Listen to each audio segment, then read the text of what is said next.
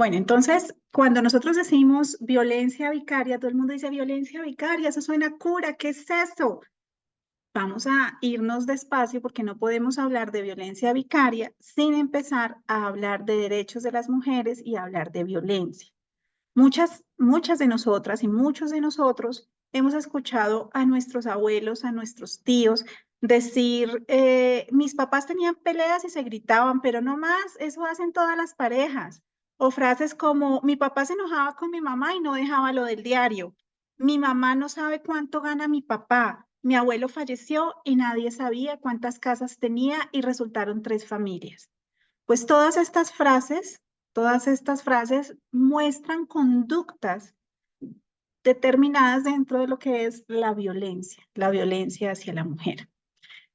Nosotras crecimos en un ambiente, afortunadamente nuestros hijos están cambiando y estamos cambiando el chip, pero nosotros nacimos en un ambiente donde crecemos y las mujeres son las encargadas de dirigir el hogar, las encargadas de salir a trabajar, las encargadas de la crianza. No hay una corresponsabilidad en la crianza. ¿Y cuántas de nosotras sabemos a qué tenemos derechos? Pues bien, los derechos de las mujeres es primero a tener una vida digna, una vida libre de violencia. Eso es lo que buscó la Convención Belén du Pará, que realmente se conoce así porque es más corto el nombre. El nombre real es la Convención para la Erradicación de los Derechos, de la erradicación de toda forma de violencia contra la mujer. Tenemos derecho a la vida digna, a una integridad física, sexual y psicológica. Nosotras decidimos sobre nuestro cuerpo, decidimos cuándo queremos tener sexo, cuándo no. No estamos obligadas, ni tienen por qué decirnos, es que hace tanto tiempo no tengo. No, es mi cuerpo, es mi decisión. A la intimidad, a no ser sometidas a tortura o a tratos crueles y degradantes, a la igualdad real y efectiva de derechos. Aquí quiero hacer un pare para, antes de seguir, porque resulta que muchos hombres me han escrito y me dijeron, doctora, es que ¿cómo es posible que los hombres no tengamos derechos? ¿Cómo es posible que las mujeres tienen derechos, que los niños tienen derechos, que los ancianos tienen derechos y los hombres no?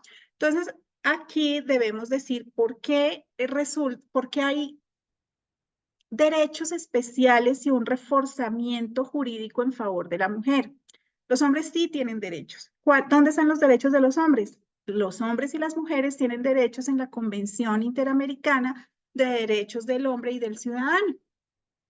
Y los derechos del hombre y del ciudadano nacieron hace mucho, en la Revolución Francesa. Empezamos a hablar de derechos y empezamos a hablar del ius gentis, que es el derecho de las gentes, el derecho de todos.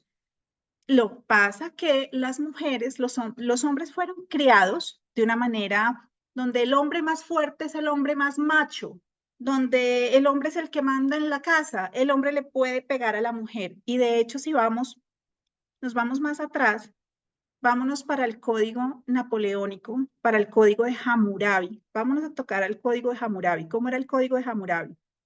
Los terratenientes, los pater family, eran los padres de familia y los pater family eran la cabeza del hogar, la cabeza del núcleo familiar.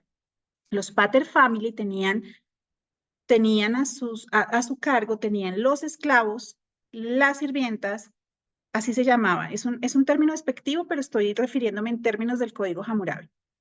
Los hijos, la esposa, cuando tenían deudas, podían pagar con hijos, podían pagar con sirvientes, pero no podían pagar con la esposa, porque la esposa no era considerada un activo, sino un pasivo.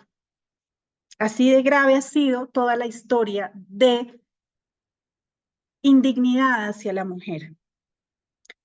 Por esta razón nace el reforzamiento de los derechos de la mujer, no para que las mujeres tengamos más derechos, no para que las mujeres seamos escuchadas más que los hombres, no, es porque los hombres tienen un estatus, tienen un poder social. Lo que se busca con el reforzamiento de los derechos de la mujer es igualarlos, es que quedemos en la misma balanza con los hombres.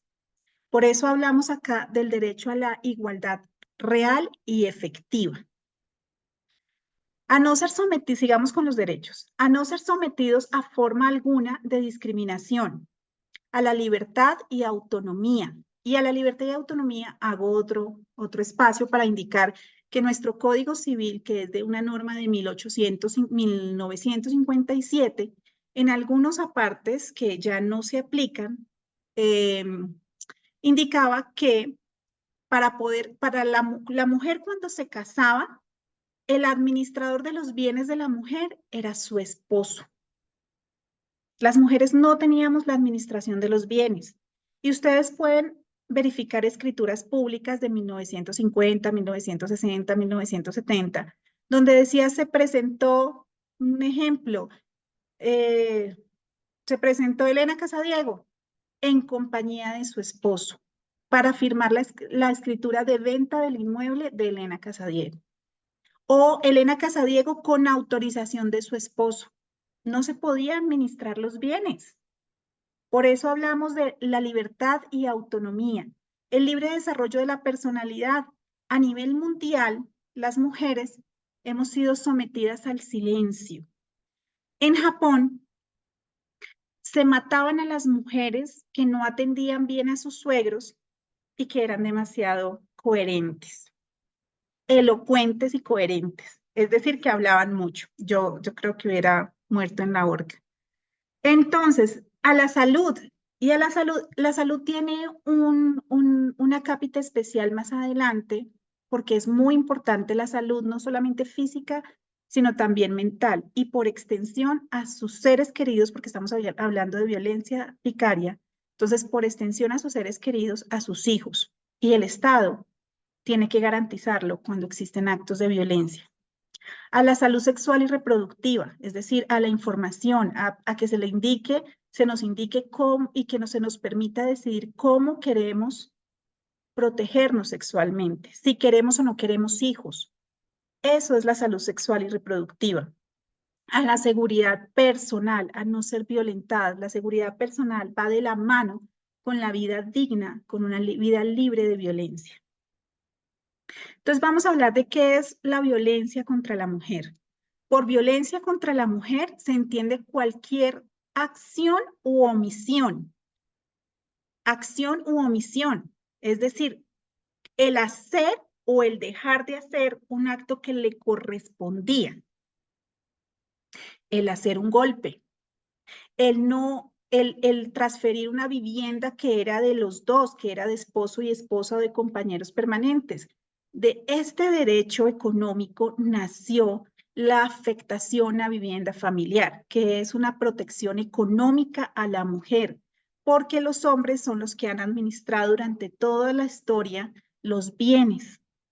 Y simplemente se compraba la casa con trabajo de la mujer y los hombres iban y lo vendían. Entonces nació la ley, mal llamada doble firma, que se trata de la afectación a vivienda familiar para que no se pueda vender sin el consentimiento del otro.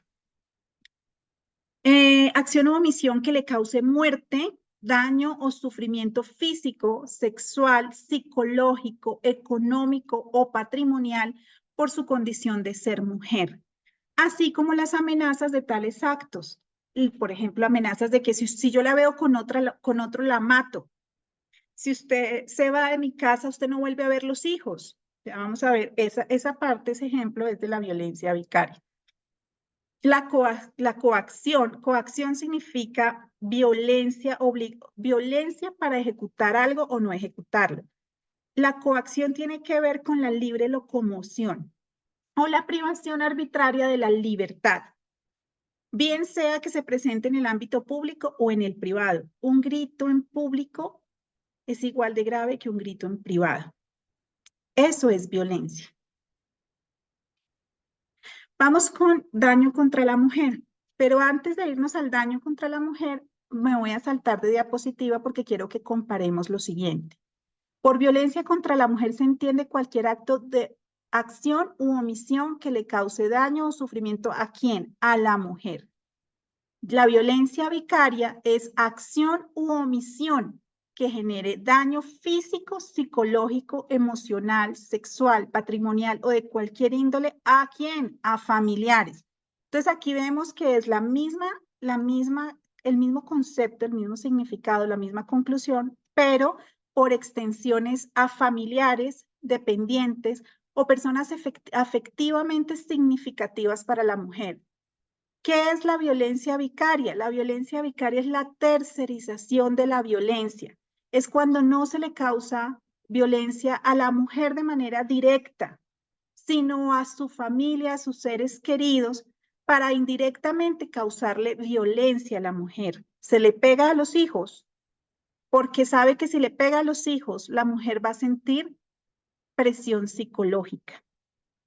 Con el agravante de que además en la violencia vicaria son dos los sujetos agredidos, que es la mujer de manera tercerizada por extensión y el familiar, y normalmente es el hijo. Entonces, cuando es el hijo el que está siendo violentado, nos tenemos que meter a violencia de género y a la violencia contra menores de edad, si son menores de edad, o contra o una violencia intrafamiliar de terceros.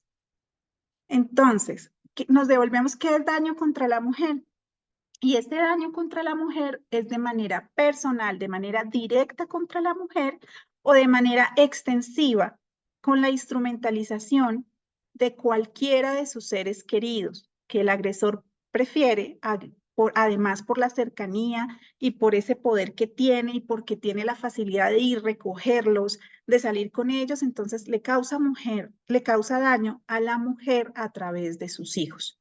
El daño psicológico es degradar o controlar las acciones, comportamientos, creencias, decisiones de otras personas por medio de la intimidación, manipulación, amenaza directa o indirecta. Entonces, el desarrollo personal. El daño o sufrimiento físico es el riesgo o disminución de la integridad corporal de una persona. El daño, y aquí hemos tenido un avance importantísimo. Antes se iba a denunciar, antes estoy hablando incluso del 2012 al 2024, no hay sino 12 años. Y hemos avanzado de manera muy lenta como mujer y como profesional, así lo siento, porque todavía no hemos tenido las garantías necesarias. Pero hemos logrado muchos avances, despacio, pero los hemos logrado. Y antes, si no tenía sangre, si no llegaba golpeada, si no llegaba con un ojo en la mano, no era violencia. Ahora tenemos violencia psicológica, el sufrimiento físico, que es la violencia física, el sufrimiento sexual, ese es otro de los avances. Se creía que por ser esposa de un hombre, el hombre tenía derecho a acceder en cualquier momento a la mujer. Entonces escuchamos a las abuelas decir, es que llegaba borracho y pues tocaba. Situaciones como esas que son realmente vergonzosas en una sociedad y son reprochables esas conductas. O por ejemplo, cuando a una mujer le dicen, mira, necesito que a la semana sean 4 veces a la semana. Si no son 4 veces a la semana, tú no me sirves como mujer. Eso es violencia sexual. Violencia sexual es que elijan qué parte del cuerpo quiere tocar el hombre y no se le pregunte a la mujer cómo quiere ser tocada, porque es de la mujer su cuerpo y así como es del hombre, una mujer tampoco puede ir a tocar a un hombre como quiera. Es el respeto. El daño patrimonial es cuando un ejemplo es que se le ponen los bienes a nombre del hombre y este hombre se queda con esos dineros, con esos bienes, le hace construir una casa a la mujer con dinero de la mujer en terreno de los papás del hombre. Esas situaciones son violencia patrimonial. Violencia patrimonial es esconder el dinero, es exigirle a la mujer que produzca, que dé el dinero para la casa y el hombre esconda el dinero. Eso es violencia patrimonial. Violencia patrimonial es no tomar decisiones económicas en conjunto. Y eso tiene que ver con la formación de una sociedad conyugal. Y bueno, digamos que todas estas acciones, el daño patrimonial también toca otros derechos y toca otros factores de los códigos civiles del Código Civil de Colombia y otras leyes especiales. Entonces, la violencia vicaria es la misma violencia, el mismo concepto de violencia hacia la mujer, pero a familiares, dependientes o personas efectivamente significativas para la mujer. ¿Con qué objetivo? Con el objetivo de causarle daño a la mujer. Entonces se causa daño no solamente al familiar, sino también a la mujer a través del familiar. Se trata de una violencia indirecta que tiene como fin afligir a una persona instrumentalizando al tercero, llámese hijo, incluso.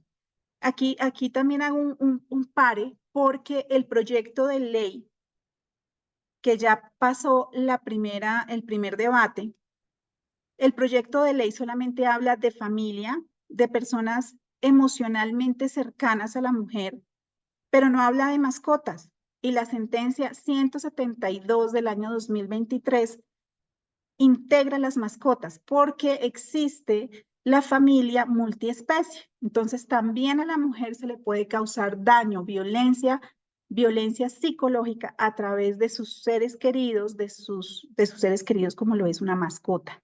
Más en una sociedad en este momento en el que estamos, donde nuestras mascotas son como nuestros hijos. En ellos reposa afectivamente una gran importancia. Ahora, que los agresores escogen a los niños por lo que les indicaba, los agresores tienen visitas cada 15 días, tienen llamadas, entonces es muy fácil acceder a los niños. Los niños son más fáciles de manipular, más si quien los manipula es su papá o una persona muy cercana. Por eso los niños, desafortunadamente los niños son objeto de violencia, son un instrumento fácil de violencia. Consecuencias de la violencia vicaria, y aquí en esta diapositiva para poderlos explicar, sí le pediría ayuda al doctor Belisario Balbuena.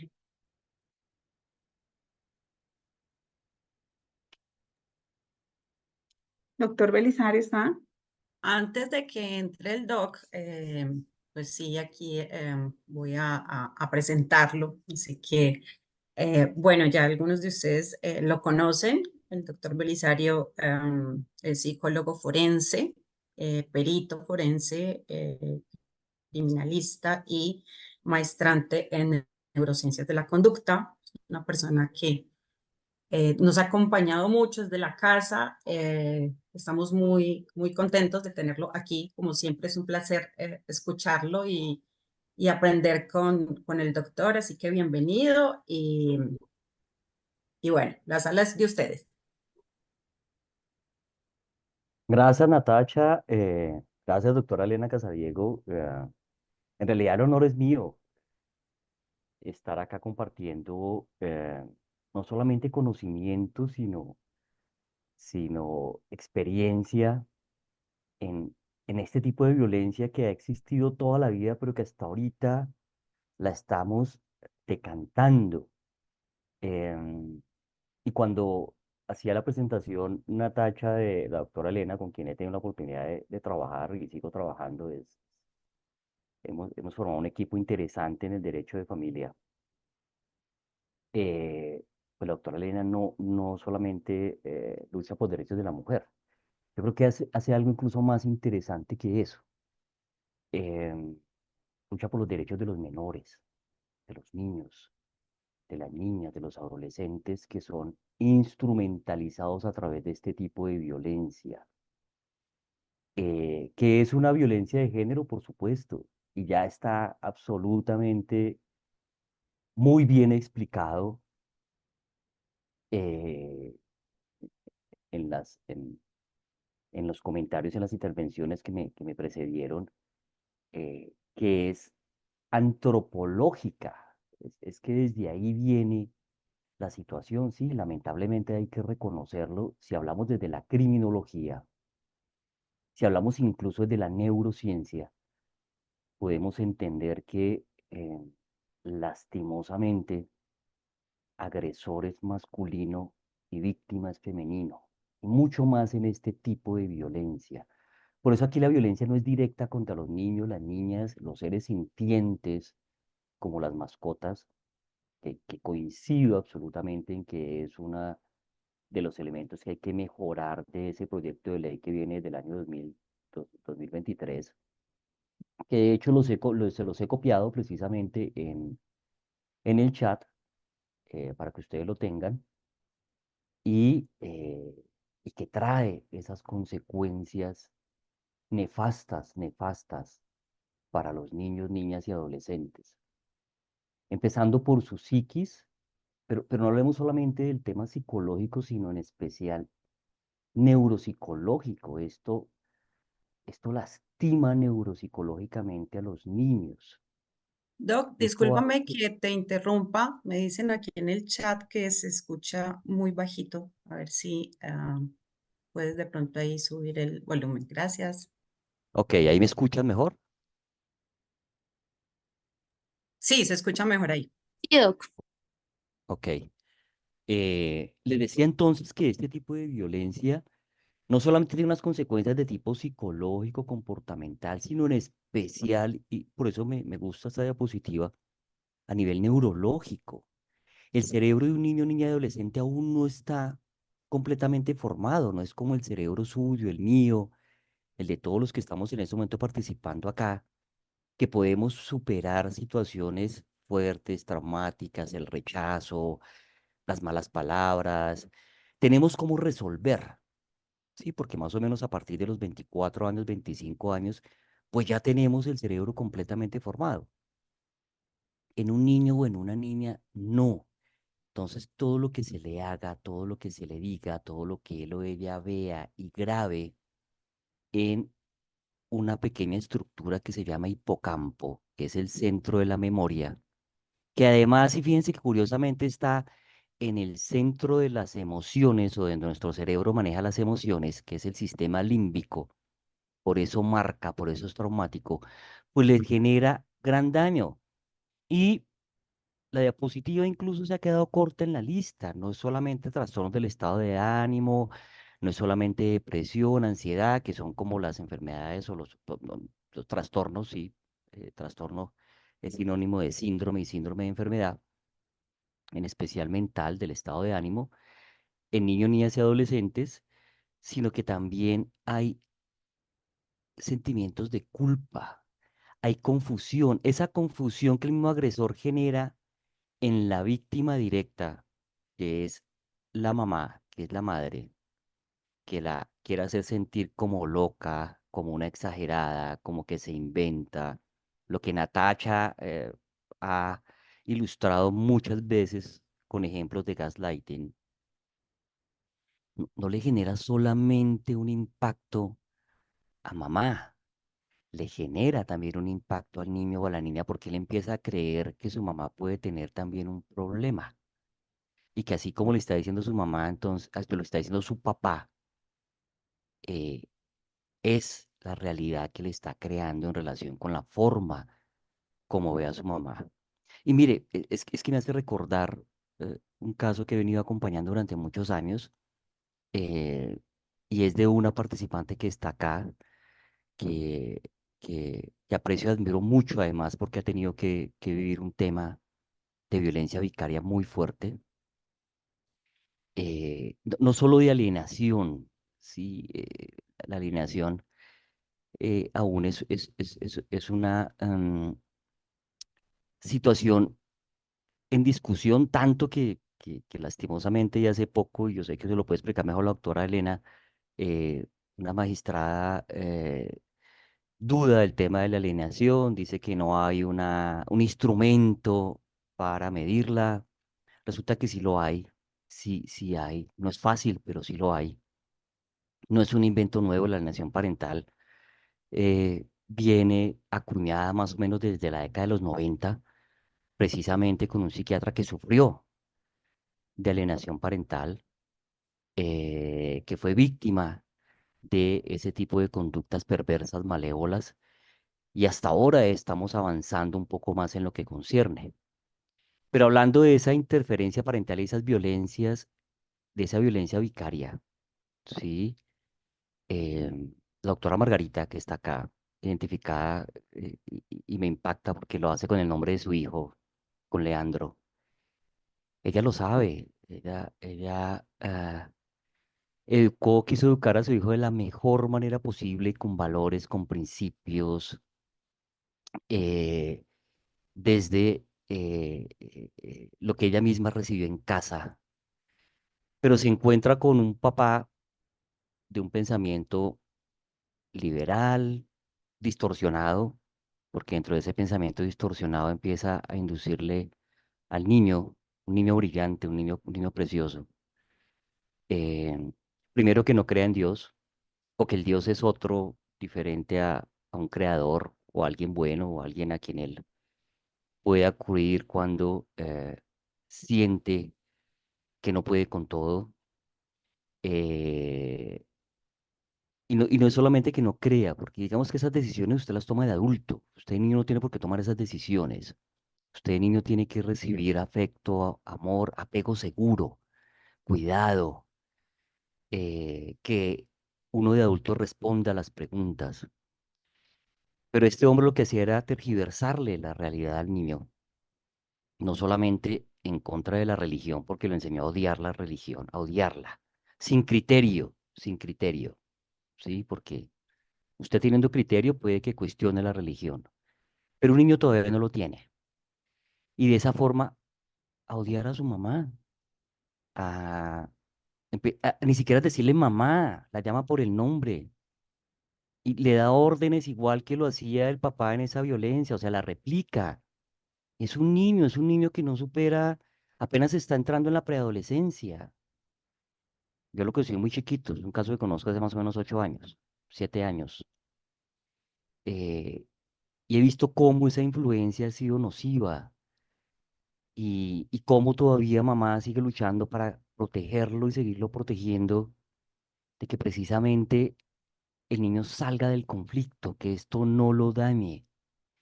Pero pues ya hay unas consecuencias sobre las que hay que trabajar y es la forma como él está concibiendo su figura materna y junto con esto es como concibe la figura femenina y cómo el día de mañana, si no se trabaja, lo va a replicar precisamente con los vínculos con el sexo contrario que él tenga.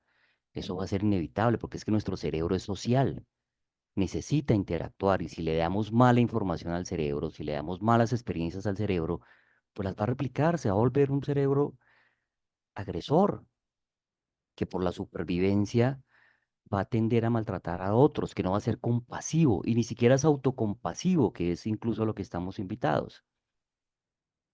Y los casos extremos, que es el homicidio del niño, el filicidio, como técnicamente se le conoce, con tal de hacerle daño al progenitor contrario, en este caso a la mamá. Y recordemos el caso de Gabriel Esteban, por ejemplo, ese caso absurdo, aberrante, ¿sí? De cómo este hombre se ufanaba después de haber asesinado a su propio hijo, haberlo asfixiado mecánicamente, utilizando una almohada, en un contexto donde el niño debía estar feliz, que era unas vacaciones que le había ofrecido a Melgar. Y el mismo día que lo lleva de vacaciones lo asesina, le manda una fotografía a su expareja para dañarla, para matarla en vida, porque eso es lo que quiere. Él no quiere, como el feminicida, matarla materialmente, sino matarla psicológica y emocionalmente. ¿Por qué? Porque ella tiene una nueva pareja. Estaba disfrutando su vida en pareja, tanto que yo tuve conocimiento de eso, me consta. La foto de perfil en su teléfono, en su WhatsApp, era la foto con su nueva pareja. Pero esto que hacía que la expareja se llenara de odio, de frustración y que utilizara de esa forma perversa, maquiavélica, ni siquiera se enferma, porque aquí no hay enfermedad mental, aquí hay maldad, a su propio hijo, instrumentalizado para generarle un daño irreparable a la mamá del menor. Pues suicidio, sí, casos extremos, extremos a donde no tenemos por qué llegar, a donde tenemos que trabajar, a donde tenemos que identificar y precisamente a través de esa identificación prevenir o intervenir a tiempo antes de que la situación se vuelva irreparable. Es básicamente lo que quería retroalimentar de esta imagen y esta diapositiva. Gracias, doctora Elena.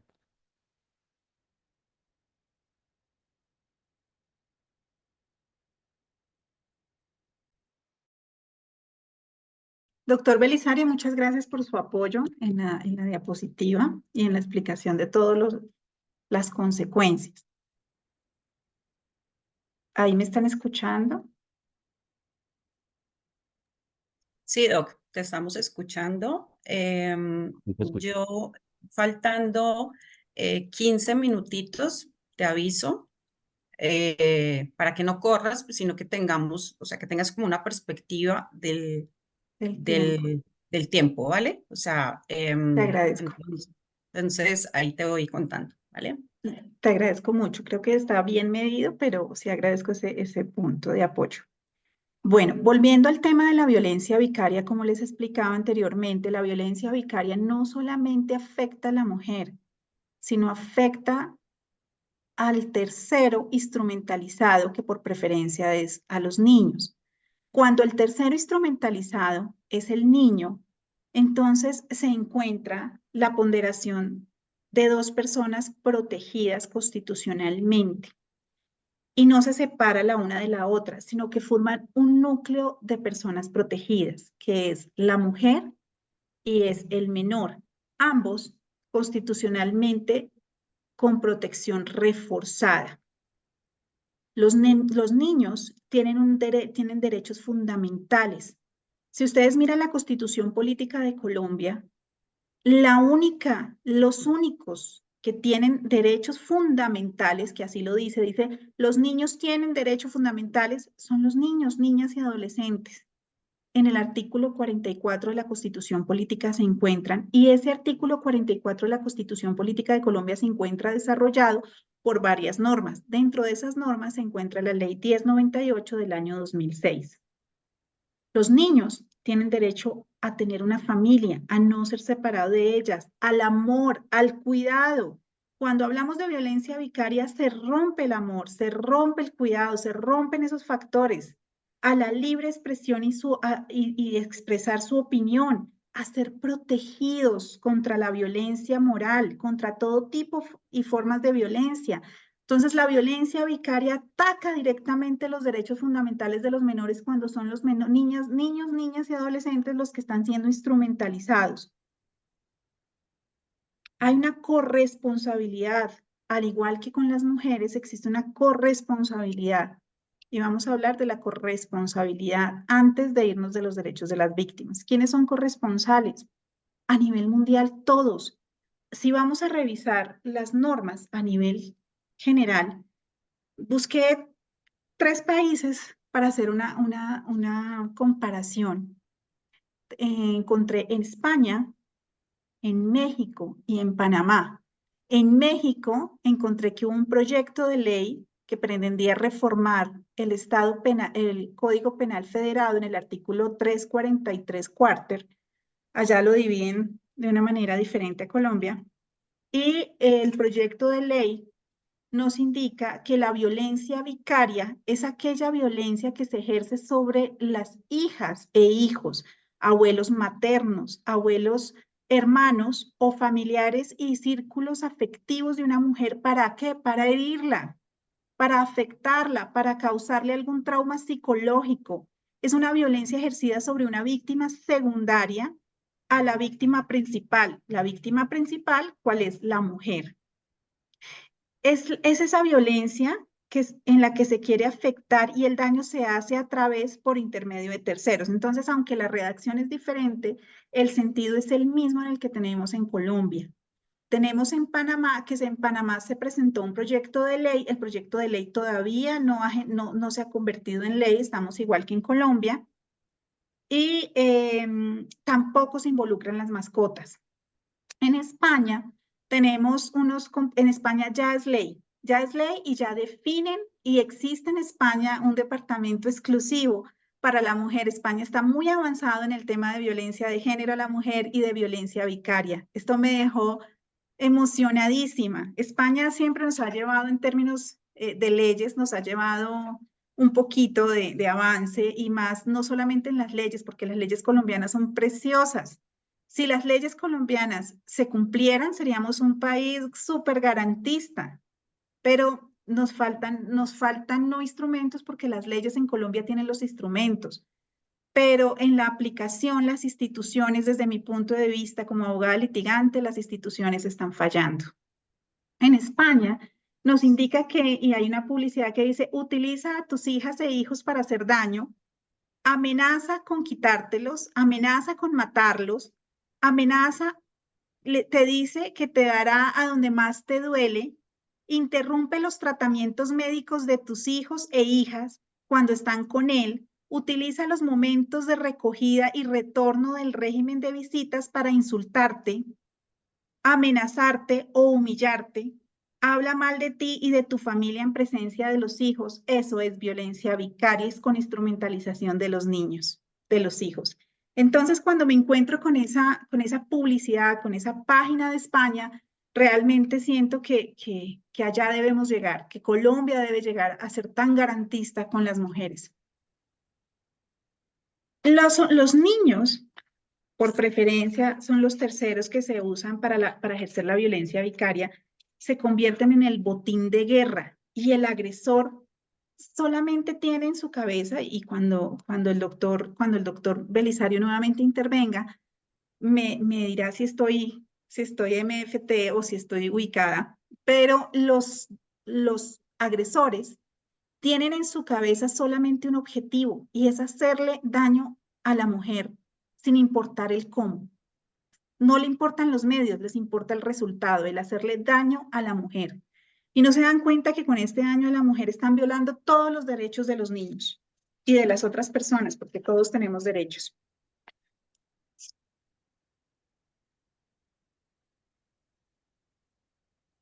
Nos vamos con los derechos de las víctimas. Cuando empezamos nuestra reunión de hoy, les hablaba del derecho de las mujeres, que muchas mujeres no sabemos que tenemos derechos, no sabíamos que teníamos derechos, no éramos conscientes, porque una cosa es, sí, yo tengo derechos, pero seamos conscientes de nuestros derechos, seamos conscientes de que tenemos derecho a una vida digna y libre de violencia, que es nuestro principal derecho, al autocuidado.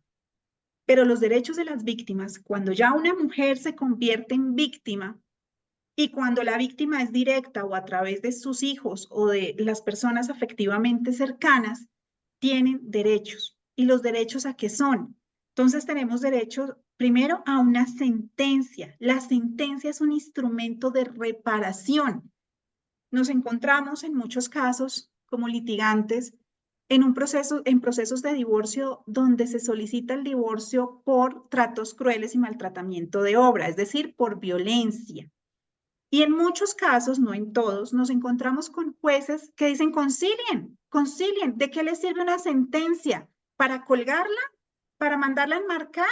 ¿Para eso les sirve una sentencia? No.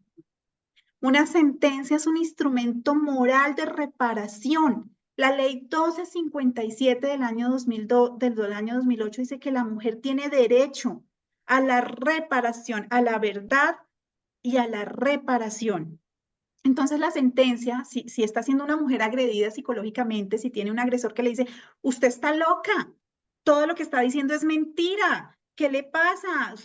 Esas son situaciones que se presentan por los agresores y una sentencia que le diga, se declara el divorcio por la causa de tratos crueles y maltratamiento de obra, es una reparación, es decirle a la víctima, usted no está loca, usted tenía razón, usted tiene sus derechos. Y si quiere conciliar, porque muchas víctimas quieren conciliar porque además es su derecho no ser revictimizadas, y si se siente revictimizada al estar dentro de un proceso y si quiere conciliar, como abogada les sugiero que dentro de la conciliación quede establecido, primero, que el agresor acepta su responsabilidad y además se compromete a no volverla a agredir. Y concilien el divorcio. El divorcio realmente se puede conciliar y es un divorcio que termina rapidísimo conciliado, pero que el agresor asuma su responsabilidad y se comprometa a no volverla a agredir física ni psicológicamente. Eso es una reparación y la víctima tiene derecho a ser reparada. La víctima tiene derecho a recibir una atención integral. ¿Qué es una atención integral? Que cuando vaya a la comisaría, cuando vaya a la fiscalía, cuando vaya a la EPS, porque muchas víctimas acuden a la EPS y tienen todo su derecho, y ahorita más adelante les explico las rutas.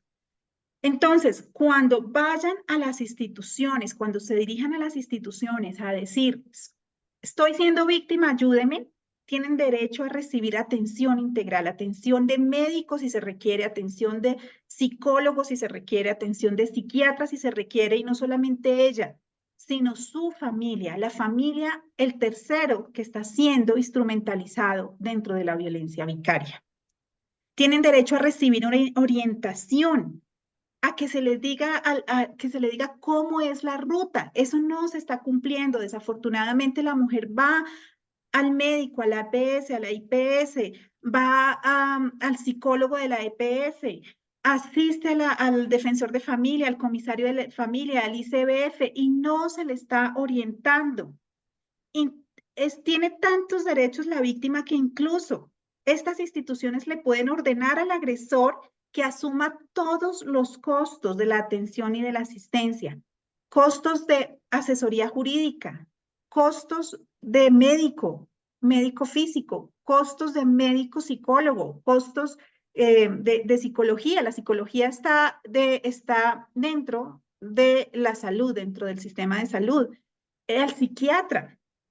Entonces, a recibir información clara, veraz, oportuna con relación a sus derechos, con relación a los mecanismos y procedimientos, que le digan cómo es el procedimiento, que le digan cómo es la ruta de atención, que le digan cuánto se va a demorar, que incluso las mujeres víctimas tienen derechos a ser reubicadas, a que se les paguen dependiendo del grado de violencia a la que fue sometida. Tienen incluso derecho a que se les pague 1 año de arriendo. A que No, sí, 15 minutos. ay Dios mío, ya, gracias, ya voy terminando. Tienen derecho a ser tratados con reserva de identidad, tienen derecho a recibir asistencia médica, tienen derecho a los mecanismos de protección y atención para ellas, sus hijos y familiares y terceros, a la verdad, a la justicia, a la reparación, a la garantía de no repetición. Por eso les hablaba de que cuando concilien, procuren de que se encuentre dentro de la conciliación las garantías de verdad, de justicia, de reparación y de no repetición. La estabilización de situaciones conformes a términos previstos en la ley, a decidir voluntariamente. Voluntariamente no es que, venga, si usted no hace esto, entonces no la podemos atender como violencia intrafamiliar. Si usted no, la mujer tiene derecho a decir voluntariamente si puede ser confrontada o no con el agresor. Porque si se siente que le tiene miedo al agresor, puede decir, no me confronten. Eso es uno de los derechos de las víctimas. No quiero dejar en el aire algo muy importante, la corresponsabilidad ya la hablamos, las rutas. Esto es muy importante que quienes están asistiendo hoy a esta charla sepan y tengan claro cuáles son las rutas. Entonces empecemos. ¿Quién es la víctima? Si la víctima es una mujer menor de 18 años, tiene que llamarse al Ministerio Público, tiene que venir un funcionario de la Comisaría de Familia, del ICBF y del Ministerio Público porque es una menor de edad y entra la protección conforme a la ley 1098 del año 2006 por ser menor de edad. Entonces, no, es mujer y es menor de edad, es doblemente y constitucionalmente protegida. Si es una mujer mayor y además debe estar acompañada, porque si no va acompañada puede estar el defensor de familia. La mujer mayor de 18 años interviene el equipo psicosocial, ¿sí? Que es el psicólogo y el médico, igual en la mujer de 18 años. Dependiendo de quién sea el agresor. ¿Quién es el agresor? Si el agresor se encuentra dentro del conflicto armado, la competencia es de la personería. Si el agresor no pertenece al grupo familiar, pero está en la comisión del delito, directamente a la fiscalía, y ya vamos a hablar de la fiscalía. Si no pertenece al grupo familiar, pero no es un delito, sino una injuria, entonces a la inspección de policía. Pero ya vamos allá porque esto tiene un paréntesis enorme. Si pertenece al grupo familiar o unidad doméstica, comisaría y fiscalía. Entonces, ¿qué pasa? Que cuando existe violencia intrafamiliar, la víctima puede optar por irse a la comisaría de familia y la comisaría de familia tiene la obligación de asistirla, de garantizarle todos los derechos como víctima y que si no tiene pruebas, si no es la única versión de ella y muchas mujeres por desconocimiento no saben cómo adquirir las pruebas, ni siquiera saben qué son pruebas. Entonces, la comisaría de familia debe prestarles toda la ayuda y emitir oficios para que las pruebas se vayan consiguiendo.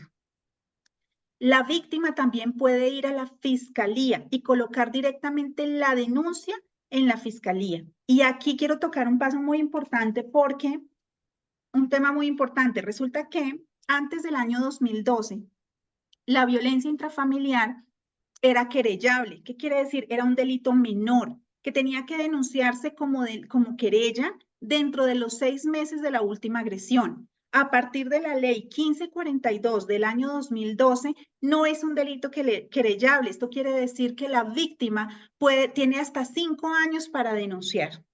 Y la fiscalía tiene la obligación de recibir la denuncia y además de tratarla como una denuncia y emitir los oficios y actos correspondientes para obtener las pruebas. Está la sustentación en juicio. Las obligaciones de las entidades como la fiscalía, como la personería, como la inspección de policía, procuraduría, comisaría, tienen la obligación, no es que si quiere, no es que ay, estoy ocupada, no es que llegó tarde, no, tienen la obligación de informar cuáles son las medidas de protección que la víctima tiene a su disposición.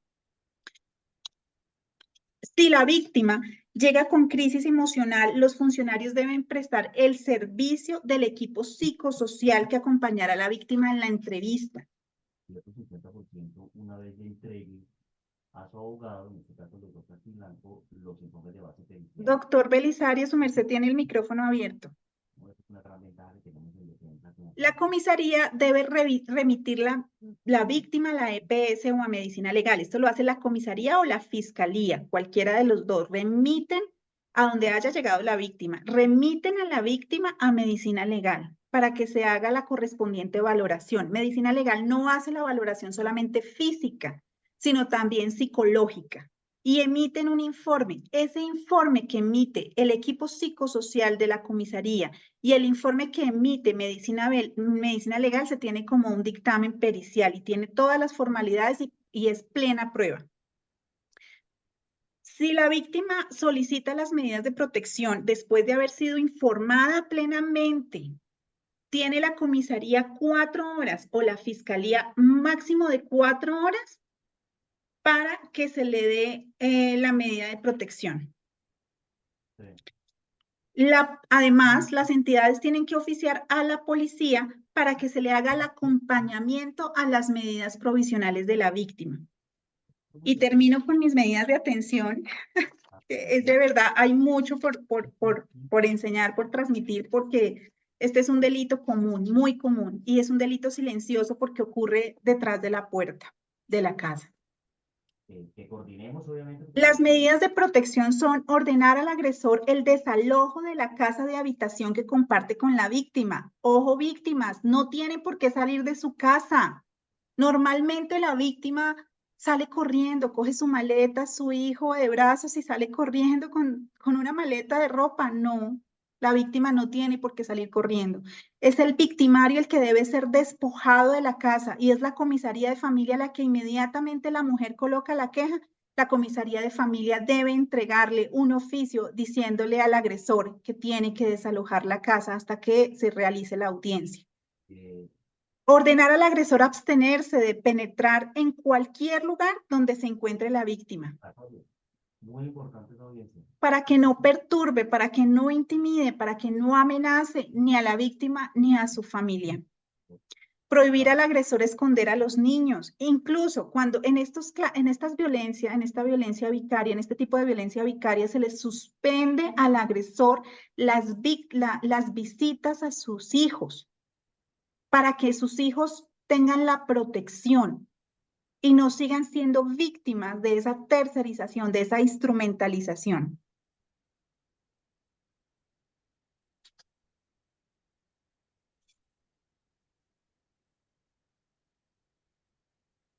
Creo que en todo lo que les he explicado resumen las medidas de protección. Espero haber sido clara.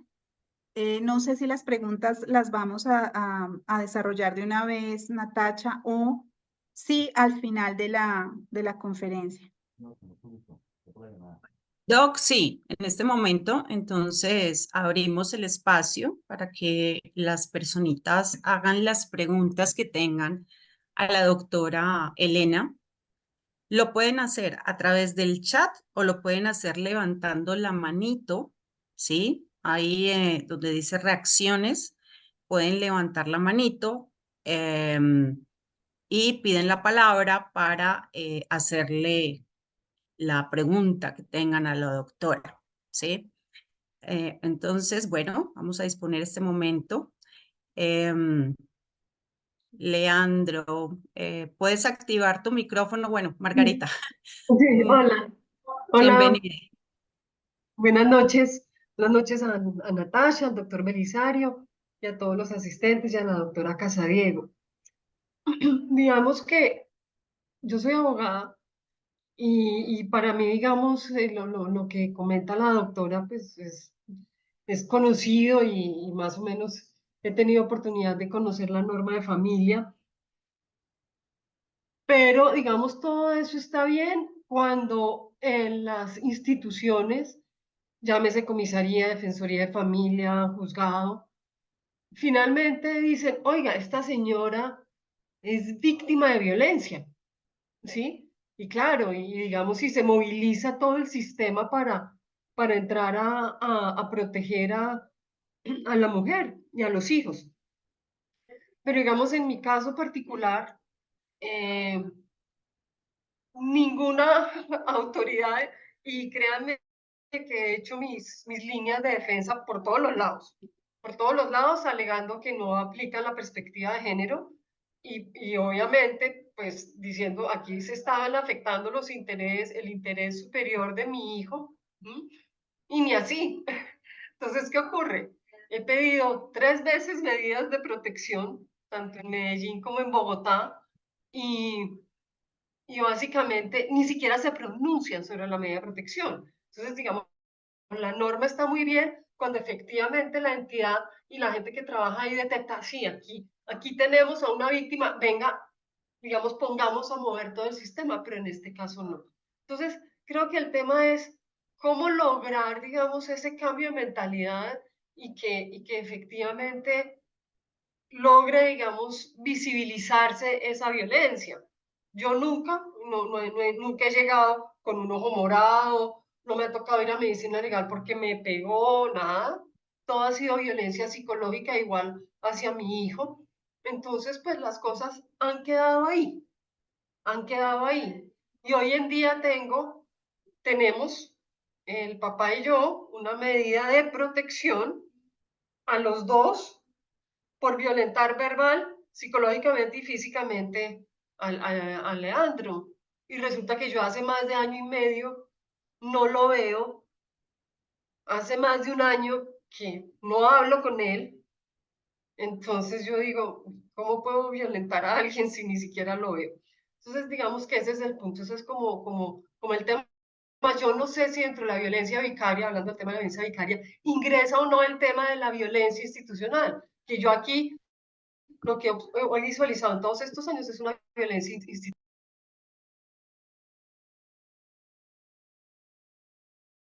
¿Me recuerda su nombre, por favor? Sí, señora Margarita. Bueno, doctora Margarita, su caso es un caso especial, pero es normal. Desafortunadamente, a las mujeres profesionales, abogadas, tienden a disminuir nuestros derechos diciendo que como tenemos conocimiento del derecho, no podemos ser víctimas de violencia intrafamiliar. Y eso es violencia institucional. Hay una sentencia que es la sentencia T-172 del año 2023, que justamente nos habla de la violencia institucional contra una comisaría de familia porque negó el acceso a la justicia, negó la oportunidad de presentar la medida de protección, de entregar la medida de protección provisional, porque era una violencia psicológica y la víctima solamente tenía su decir, no tenía más pruebas. La sentencia T-172 del 2023 se pronuncia y ordena a la comisaría de familia a abrir toda la ruta de protección a la mujer, se la recomiendo, doctora, entendiendo que usted es abogada, porque de ahí puede sacar los elementos para solicitar esa medida de protección. Y creo que, pues, a su caso habría que, me gustaría como que habláramos, si de pronto le puedo colaborar con algunos elementos con los que se han trabajado y nos han servido. Y son elementos de coacción contra las instituciones. Muchísimas gracias, doctora. Con seguridad me pondré en contacto con usted.